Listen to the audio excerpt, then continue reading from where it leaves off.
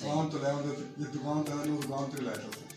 تو ابھی دکان کدھر رکھی ہوئی ہے؟ یہ ساری دکان رائے پور ہے تو سارے سامنے پڑ گئے. نہیں آرڈر پہ لاتے تھے یا پھر اس دکان پہ رکھ کے بیچتے تھے یا ہوٹل والے تو میں کہتے تھے ہمیں اتنا نہیں کلیجی یہ چیز چاہیے اس طرح لاتے تھے کیسے لاتے تھے؟ یہ ہوٹل دے نہیں دیتے تھے ہوٹلوں پہ. کتنا تمہیں پتا چلتا ہے کسی کو ایک من کلیجی چاہیے پورے 2 درجن چاہیے کس طرح تمہیں پتا ہوتا تھا؟ یہ سارے ہوٹلوں کے نام بتا دو کس جگہ پہ زمان چوک ہوٹلوں میں دیتے رہے مقبول بٹ شیخ سارے ہوٹلوں میں تھوڑے تھوڑے ساتھ دے رہے.